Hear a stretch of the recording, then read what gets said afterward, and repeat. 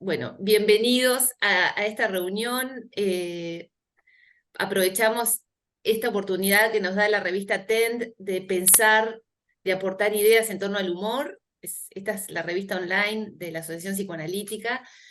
Y bueno, a propósito del trabajo de ustedes sobre potenciales inconscientes, ¿no? Pandemia, potenciales inconscientes, capacidad resiliente y el humor, bueno, que los conocí en el Congreso online, en plena adversidad perfecta, como le llaman ustedes, a la pandemia, y bueno, que llevó a la Asociación Psicoanalítica Internacional a hacerlo online, y me pareció muy interesante que ustedes presentaran este trabajo donde para mí el llamador fue el tema del humor, ¿no? En pleno momento tremendo, me pareció realmente muy interesante encontrar un artículo que después fue publicado en Calibán, ¿no? Sobre, bueno, dos psicoanalistas de larga trayectoria pensando en los aportes del humor y en la capacidad resiliente. Entonces, desde ahí me pareció bueno, que era muy oportuno compartir sus reflexiones acerca del tema y compartirlos con nuestra revista, bueno, que me parece que está queriendo ampliar esto que llevó a Freud a escribir un artículo excelente en 1927 sobre el tema. Y bueno, quisiéramos saber qué los llevó, cómo llegaron a este concepto, sabiendo que, bueno, que ambos tienen, bueno, un recorrido muy extenso en el psicoanálisis. Rubén Zuckerfeld, miembro titular en función didáctica y fundador de la Sociedad Argentina de Psicoanálisis, miembro titular de la Asociación Psicoanalítica Argentina, profesor emérito del doctorado y de la maestría en psicoanálisis, USA, APA, ¿sí? De la Universidad de El Salvador. Sí. Sí, sí, ahí está. Bueno, el ganador de los premios en IPA, de la investigación, etcétera. Digo, un largo recorrido. Y Raquel, miembro fundadora del Instituto Psicosomático de Buenos Aires, miembro fundadora del Instituto Argentino de Psicoinmunoendocrinología, profesora titular de la Universidad de Maimónides. Sí, bueno. En fin, y bueno, Emma Ponce es también colega de APU, miembro titular en función didáctica de la Asociación Psicoanalítica y con amplia trayectoria en trabajo interdisciplinario, coordinadora de la Clínica del Niño del Centro del Adolescente, en fin, y compartiendo muchos años de trabajo juntas y con mucho humor. Esto creo que es un punto un ingrediente que nos ha acompañado en nuestro trabajo juntas y bueno, por eso la invitación también a Emma y bueno, y a ustedes. Entonces, como les comenté, me pareció interesante empezar a preguntarles cómo llegaron, qué los llevó a ustedes en plena pandemia a presentar, publicar ese trabajo, en fin, escucharlos. Cuéntenos. Bueno, gracias por la invitación. En principio, a nosotros siempre lo que nos llevó a pensar temas teóricos siempre es la clínica. Y en ese momento, en plena pandemia, encerrados y atendiendo por Zoom a los pacientes, escuchábamos diversos relatos. Atravesados todos por la misma problemática. Eso fue lo interesante y lo diferente en ese momento, ¿no es cierto? Que todos estábamos atravesados por la misma problemática, por los mismos temores, por las mismas restricciones. Entonces los comentarios terminábamos de atender y bueno, y mirá esto, y mirá lo que me dijeron, y mirá lo que... Y recuerdo que yo estaba sorprendida por una paciente que tenía una nena, que tiene una nena de 4 años. Ella estaba con sentimientos muy paranoides, estaba muy asustada, no salía de la casa, estaba con la nena encerrada y me comentaba que no la dejaba salir al balcón. porque ella como que tenía miedo al mundo externo. La nena vivía todo ese clima de encierro y de miedo de la madre, y evidentemente le obligó a desarrollar recursos muy tempranamente para poder suplir esta carencia, este déficit de la madre. Entonces las sesiones con ella eran comentarios acerca de la niña, ¿no? Que vos no sabés lo que hizo mi hija. Hizo una trampa. Empezó a construir una trampa con hilos para, si el virus entraba, si el bicho, decía, si el bicho entra, va a quedar atrapado acá.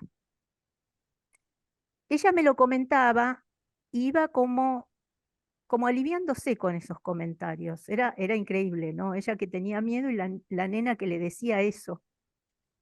Y un día le dijo, mamá, la acariciaba, decía, no te hagas problema, no tengas miedo, porque yo me voy a poner esta capa de superhéroe y yo voy a vencer a todos los bichos que entren, porque yo les voy a sacar la corona. Y ella se rió. Y ese fue el comienzo de un cambio en su tratamiento.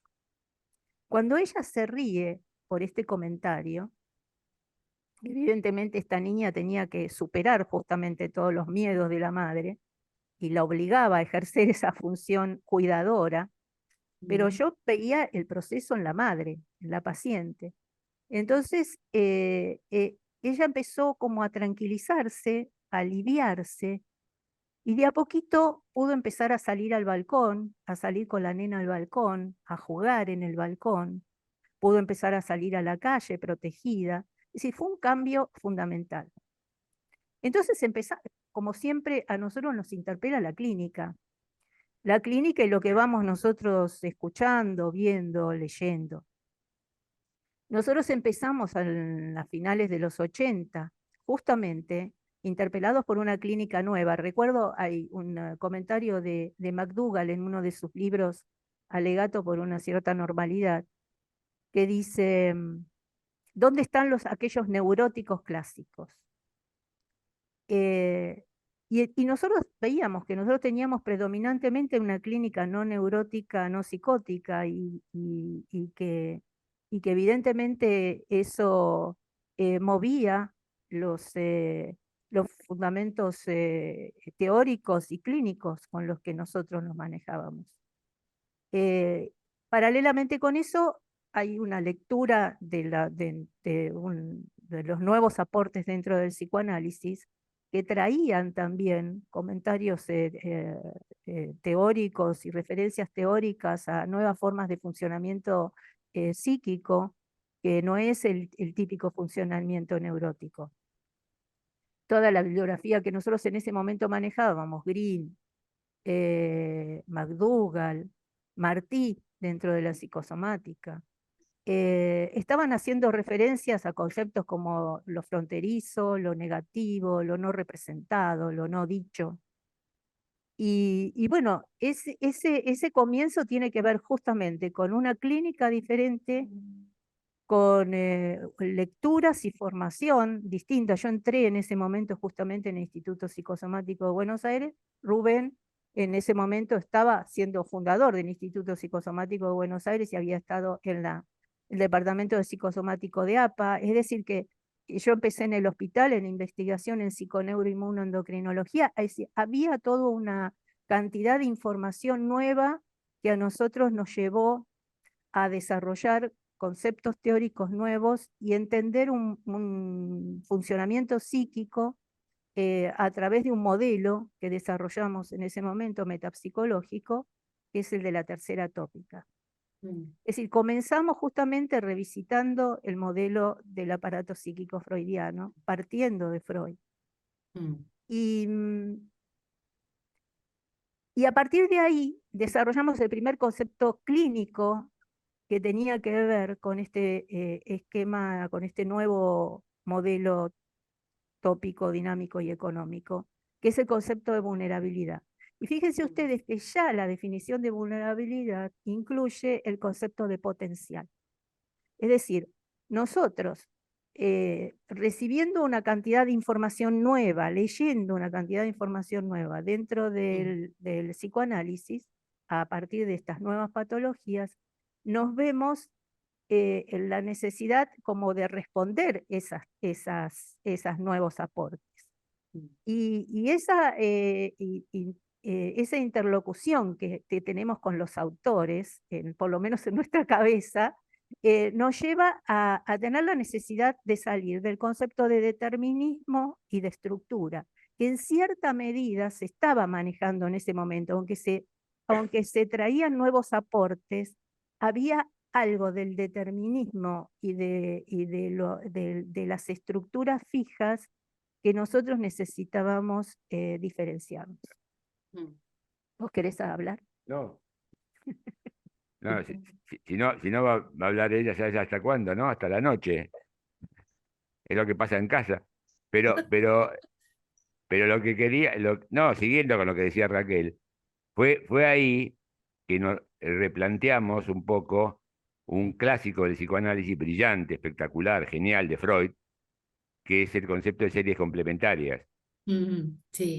Lo cual sigue siendo una extraordinaria valor que, bueno, justamente Raquel lo ha trabajado en los ámbitos psico-neuroendocrinológicos, usan el mismo modelo muy parecido, un autor que se llama Nemerov, Nemerov usa el mismo modelo, pero de todas maneras, el problema es que de ese modelo, el final queda el concepto de disposición, que ustedes nos preguntan también.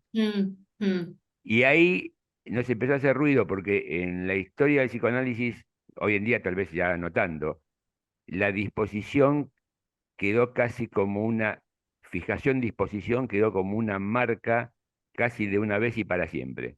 Sí. Entonces, en ese sentido, fue que empezamos a trabajar con otro concepto, que fue el concepto de potencial. El concepto de potencial que ya de alguna manera también lo ha tomado Piera Olanier, Winnicott, básicamente. Entonces, nos pareció mucho más rico, mucho más cercano a la clínica, y ahí empezamos a retomarlo y pensarlo desde el modelo de la tercera tópica, y en el cual se diferencia, digamos, lo que es el campo de lo reprimido, el topos de lo reprimido, del topos de lo escindido. Y a partir de allí empezamos a hablar de dos tipos de potenciales universales, digamos, que son el que llamamos hermenéutico, más del topo de lo reprimido, y potencial heurístico, más vinculado con la idea de la invención. Sí. ¿Cómo llegamos al tema del humor? Sí.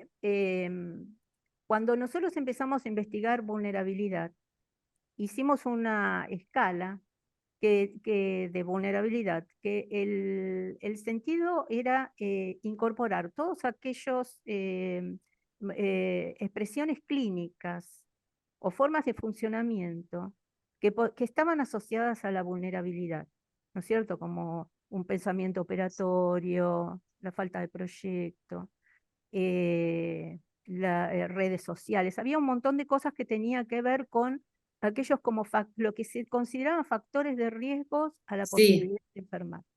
Sí. Entre esas preguntas había 5 que tenían que ver como con factores protectores. Una era la red vincular, la posibilidad de imaginar proyectos, y estaba el tema del humor, la forma de pensar las cosas. Lo interesante es que en ese momento nosotros no contábamos con el concepto de resiliencia, porque todavía no se había aparecido en los ámbitos académicos, por lo menos psicoanalíticos, el concepto de resiliencia. Eso recién ocurre en los 90. Sí. Ahí es donde, a posteriori, cuando nosotros nos encontramos con todos los desarrollos que empezaron a hacerse alrededor de resiliencia, aparece el humor como pilar Sí. de la resiliencia. Como uno de los factores de protección psíquica, ¿no? Como uno Stress de los factores, buffers. exactamente, Sí. exactamente. Junto con eso, otros elementos que que habíamos considerado fundamentalmente la red de sostén o la red vincular. Tener a alguien con quien hablar, a quien contarle, con quien hablar de los problemas. Sí. Y entonces dijimos, bueno, entonces esto que nosotros pensábamos que eran factores protectores, pueden estar vinculados con la idea de resiliencia. Y ahí es donde empezamos a investigar el tema de la resiliencia. Tal cual, tal cual. Y nos encontramos, empezó con esta investigación, pero de repente nos encontramos con literatura ya preexistente. Bueno, en la Argentina el pionero fue Aldo Melillo, el libro de Aldo Melillo. Y empezamos a leer a unos autores extranjeros, a un autor que se llama Van Stendael, que se ocupa específicamente del tema del humor. Y entre nosotros, Daniel Rodríguez, creo que yo te lo he mencionado, Jimena también, ha trabajado mucho en hospital. Bueno. Y entonces empezamos a desarrollar la idea de, como entendemos la resiliencia, como lo hace Boris Cyrulnik, ¿no? Como una metamorfosis subjetiva, que enfatiza mucho la idea de transformación. Empezamos a darnos cuenta qué poder transformador tiene el humor. O sea, mencionamos primero el poder protector, ¿no? En el caso clínico, que brevemente lo mencionamos en el trabajo que relató Raquel, transformó el proceso terapéutico. No es quiere decir que protector ya es un dato buenísimo, pero además de protector pasa a ocupar un lugar central en la posibilidad de transformación de la vivencia traumática. Además, el humor en sí mismo, bueno, acá está Freud y está el tema del trabajo del humor que mencionaste y el trabajo del chiste. Hay implícita creatividad y creación en el humor, que son los dos rubros que con matices diferenciamos un poco, nada más porque enfatizamos que el potencial hermenéutico tiene mucho que ver con más bien la creatividad y el potencial heurístico tiene mucho que ver con más específicamente la creación de lo nuevo, pero para que haya creación tiene que haber creatividad. Entonces, en cierta forma, en la clínica aparecen articuladamente. Después, por supuesto, todos los aportes de Winnicott, ni que hablar, ¿no? En ese sentido. Cuando Winnicott inventa el squiggle, el garabato, Sí. y trabaja con un niño interviniendo él sobre un papel blanco, entre los dos están construyendo algo nuevo. Es un acto de creación, es un juego, es un playing allí que crea. O sea, y ahí viene la otra relación, humor y juego. Eh, eh, Querría, querría preguntarles dos aspectos, porque me Hago parece... referencia a un... perdón. No, Sí. que iba a hacer referencia cuando uno de los libros que nosotros conseguimos en ese momento de resiliencia, muy tempranamente, estamos hablando cuando no había mucha bibliografía, era un libro sobre resiliencia comunitaria. Y había un trabajo de investigación, la mayoría eran trabajos de investigación en ese momento. La resiliencia empezó como un trabajo de investigación longitudinal durante 30 años. Así que la mayoría de los trabajos tenían que ver con investigación. En realidad era el descubrimiento de lo nuevo. Es interesante porque la resiliencia que justamente tiene que ver con esto de la creación de lo nuevo, en realidad empieza siendo un descubrimiento de algo nuevo, de algo inesperado. Es decir, donde se esperaba discapacidad y donde se esperaba patología, Sí. a veces, no siempre, se encontraba transformación, ¿no? Se encontraban efectos diferentes de los esperados. Por eso nosotros hablamos de lo contraintuitivo dentro de la resiliencia. Pero uno de los trabajos era justamente investigación en niños que estaban en condición de calle en Colombia, que ellos descubrieron que aquellos que cuando alguien se acercaba hacían una sonrisa, tenían mayores beneficios que aquellos que estaban serios o tristes. Y también en los niños que estaban institucionalizados en Rumania, que también fueron muy estudiados porque quedaban huérfanos por la guerra, habían notado que aquellos que frente a la mirada del posible cuidador o adoptante miraban con una sonrisa, obtenían mayores beneficios, es como que eran más buscados o eran adoptados rápidamente. Y entonces ahí Van Stendhal toma también esos trabajos y dice que la sonrisa es como una pelea contra la adversidad. Bueno.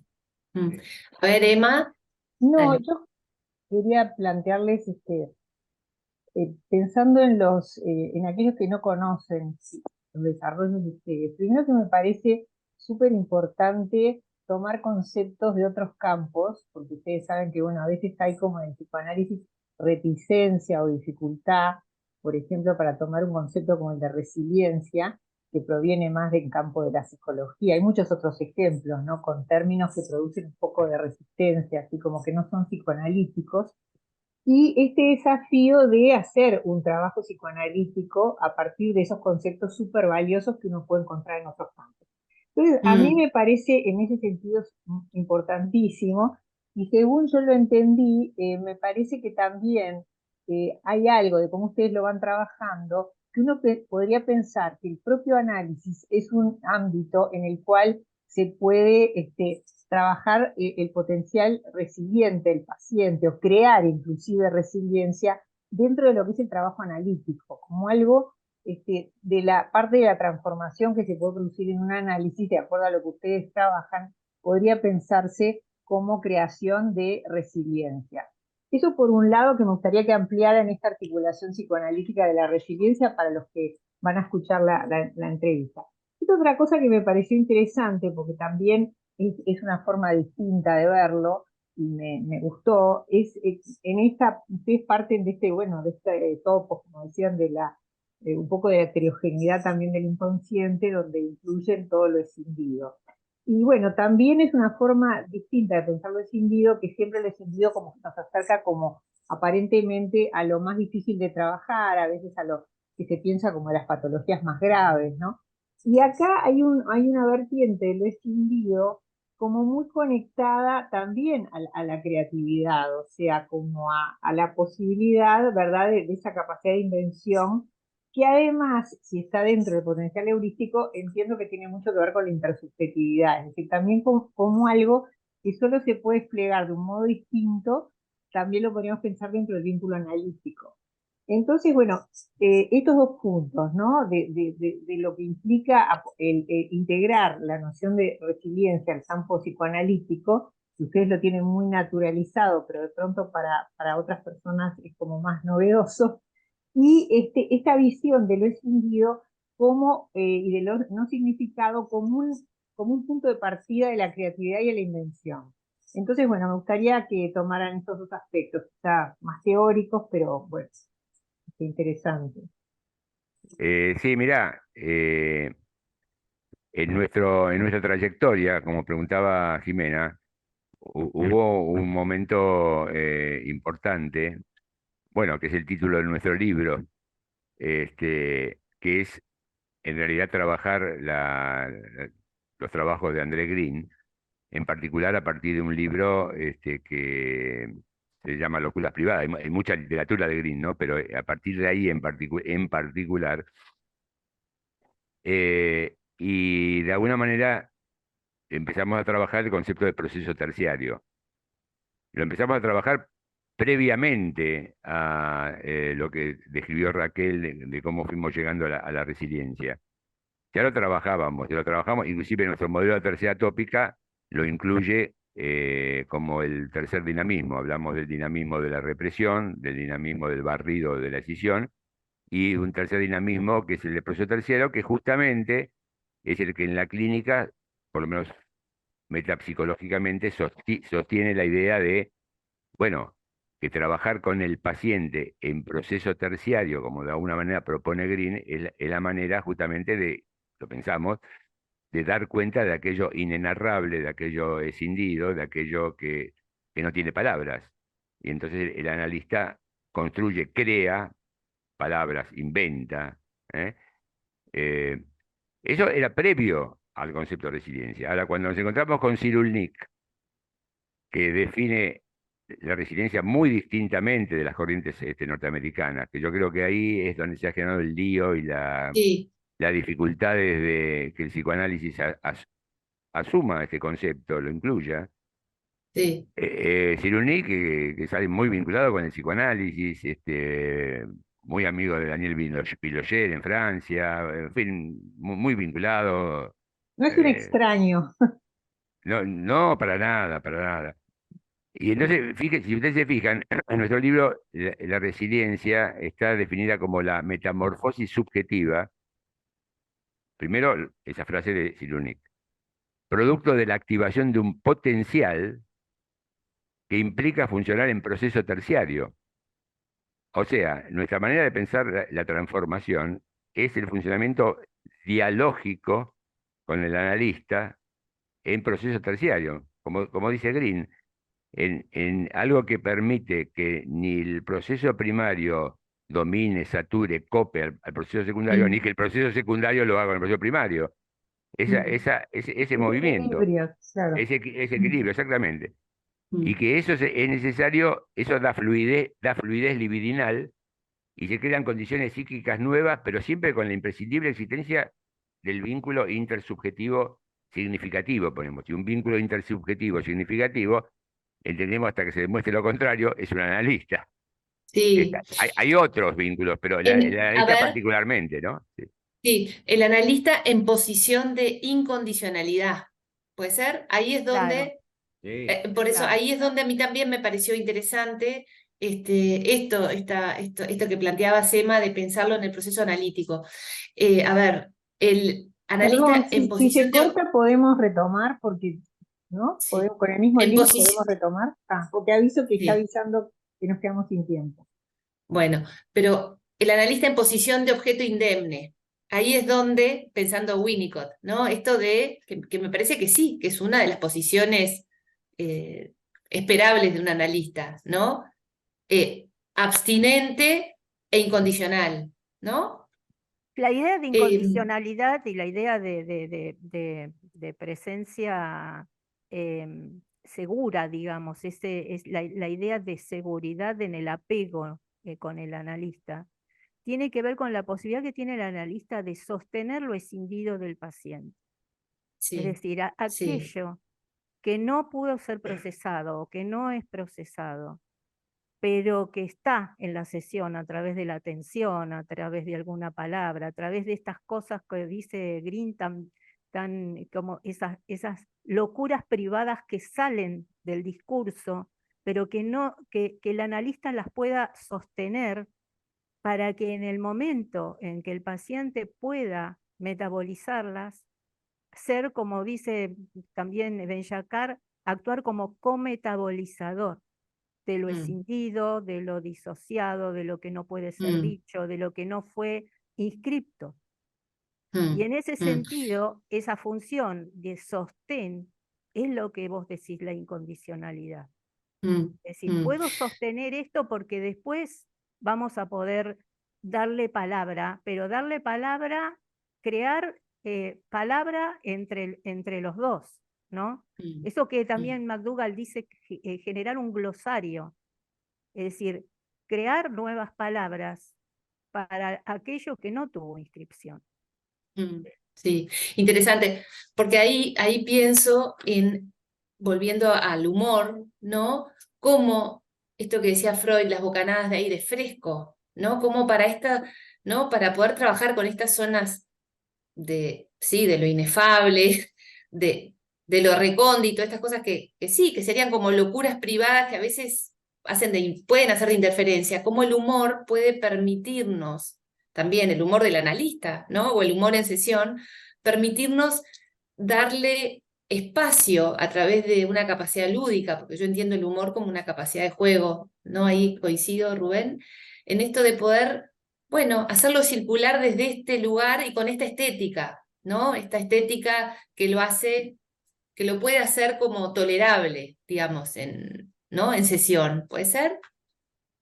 Sí, sí, totalmente, totalmente. Es decir, a tal punto el tema del humor en la sesión tiene un valor importante que se nota mucho justamente cuando hay una historia con componentes traumáticos muy definidos. Es más, Ujú. quiero recordar que el concepto de resiliencia es un concepto que surge a partir de la historia de vivencias traumáticas, Sí, sí. ¿no? Entonces, en ese sentido, la relevancia que adquiere el humor, justamente cuando están estas historias, y cuando digo traumático, estoy diciendo eh, muy claramente predominio de lo escindido, Mm, justamente, en el proceso analítico. Esto hasta el punto, fuera del psicoanálisis, va, de gente cercana al psicoanálisis, hay un libro publicado en Argentina por un humorista que se llama Rudy, que se llama Odiar es pertenecer. Ese título. En ese título, Rudy y con otro colega recopilaron la infinidad de chistes y humoradas que realizaba el judaísmo en medio del ascenso de Hitler al poder. ujú, Hicieron un trabajo de investigación y que a veces, recordarán, se ha dicho un poco, para mi gusto, un poco simplificadamente, pero de todas maneras se ha dicho justamente que gran parte del humor judío es casi correlativo al genocidio, a la Shoah, mm, ¿no? Es decir, mm, mostrando, es discutible esto porque hay muchos otros factores, pero de todas maneras es interesante el valor fuera del proceso analítico, el valor de supervivencia que tiene el humor. Por eso en nuestro trabajo, que vos has visto en el Congreso, pusimos la controversial también película con Roberto Benigni, este, porque claro, en el ámbito psicoanalítico estamos siempre muy suspicaces tratando de diferenciar el humor de la hipomanía y de la manía. sí, esa era la Este, otra pregunta que iba a incluir, sí, claro, la vida es por eso. bella, ¿no? De la Sí, vida es bella, claro, claro, sí. claro. Vos decir? No, no, que estaba en línea con lo que sí decía Rubén, es importante diferenciar el humor de las respuestas maníacas o Mm, negadoras. mm, Es como, a veces esas diferencias son muy sutiles, mm, ¿no? Pero la idea es que el humor metaboliza. El mm, humor sirve para metabolizar el horror, mm, sin negar el horror.